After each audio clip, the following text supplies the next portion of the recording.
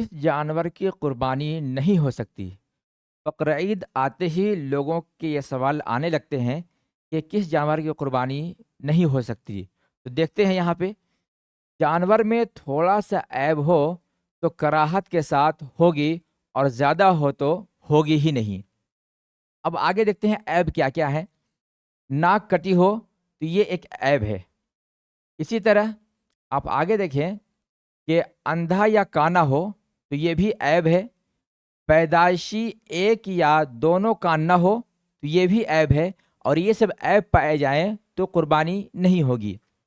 اسی طرح آگے کان تو ہو مگر تہائی سے زیادہ کٹا ہو تو بھی قربانی نہیں ہوگی۔ دونوں یا ایک سینگ جڑ سے ٹوٹا ہو، اتنا لاغر کہ ہڈی میں مغز نہ ہو تو بھی قربانی نہیں ہوگی۔ دانت ٹوٹ کر جھڑ گئے تو بھی قربانی نہیں ہوگی۔ بکری کا ایک اور گائے کا 2 تھن کٹے یا خشک ہوں تو بھی قربانی نہیں ہوگی۔ لنگڑا جو قربان گاہ تک نہ جا سکے تو بھی قربانی نہیں ہوگی۔ اب دیکھتے ہیں اس سے ہمیں کیا کیا سبق ملتا ہے کہ جب ہم اللہ کی راہ میں جو قربانی کرنے کے لیے جانور کا انتخاب کر رہے ہیں تو ہم یہ سوچتے ہیں کہ وہ اس لائق ہو کہ بے عیب ہو اور وہ قابل قبول ہو، یعنی اس جانور کی قربانی قابل قبول ہو۔ اب دیکھیں کہ محشر کے دن ہم سب کو بھی رب کی بارگاہ میں پیش ہونا ہے، اور اس سے ہمیں سبق سیکھنی چاہیے کہ کیا ہم نے کوئی ایسا عمل کیا ہے جس کی وجہ سے ہماری ناک کٹی ہو، یعنی ہم نے گناہ کر کے اپنی ناک کو کٹوا لی ہو، تو پھر ہمارا کیا ہوگا۔ اسی طرح گناہ کر کر کے ہم اپنے آنکھ کو اندھا جیسا بنا لیا ہو، یعنی گناہ کی وجہ سے آنکھ اندھی ہو گئی ہو، تو پھر ہمارا کیا بنے گا۔ اسی طرح پیدائشی ایک یا دونوں کان نہ ہو تو اس جانور کی قربانی نہیں ہوگی۔ اب ہم دیکھیں کہ ہم اپنے کانوں سے اگر گناہ کر کر کے، یا وہ چیزیں غیبت سن کر، یا پھر گانے سن کر، یا فحاشی کی چیزیں سن کر کے اگر ہم نے اپنے کان کو اس قابل بنا لیا تو پھر ہمارا کیا بنے گا۔ اسی طرح کان تو ہو مگر تہائی سے زیادہ کٹا ہو، کیا مطلب کہ ہمارے کان تو ہیں لیکن ہم نے اس کان سے کبھی اذان نہ سنی ہو، کبھی تلاوت نہ سنی ہو، کبھی ہم نے سچ باتیں اور اسلام کی اچھی باتیں نہ سنی ہو، تو ہمارا کان کا کیا بنے گا۔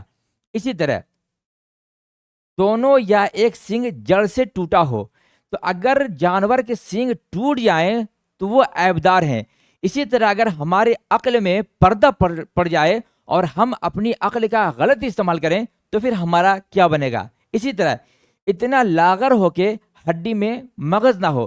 اب ہمارے عمل ایسے ہیں کہ اتنا کمزور ہو چکے ہیں عمل کے اعتبار سے کہ ہمارے عمل نیکی سے خالی ہیں، اور ہم کمزور ہو چکے ہیں عمل کے اعتبار سے۔ دانت ٹوٹ کر جھڑ گئے ہوں تو وہ جانور میں عیب ہیں۔ اب اگر ہم نے اسی دانت سے حرام چیز کو چبا چبا کر کھایا ہو تو دیکھیں کہ ہمارے دانت کا پھر کیا حال ہوگا، اور حساب کے وقت ہمارا کیا معاملہ بنے گا۔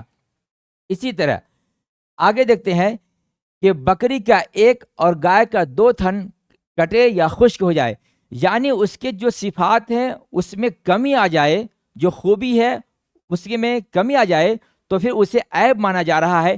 اب ہماری خوبی یہ تھی کہ ہم اپنی ذات سے دوسرے کو فائدہ پہنچاتے، اپنی ہاتھ سے دوسرے کی مدد کرتے، اپنی ذات سے دوسرے کی مدد کرتے، تو اگر یہ چیزیں نہیں ہیں تو پھر ہمارا کیا بنے گا۔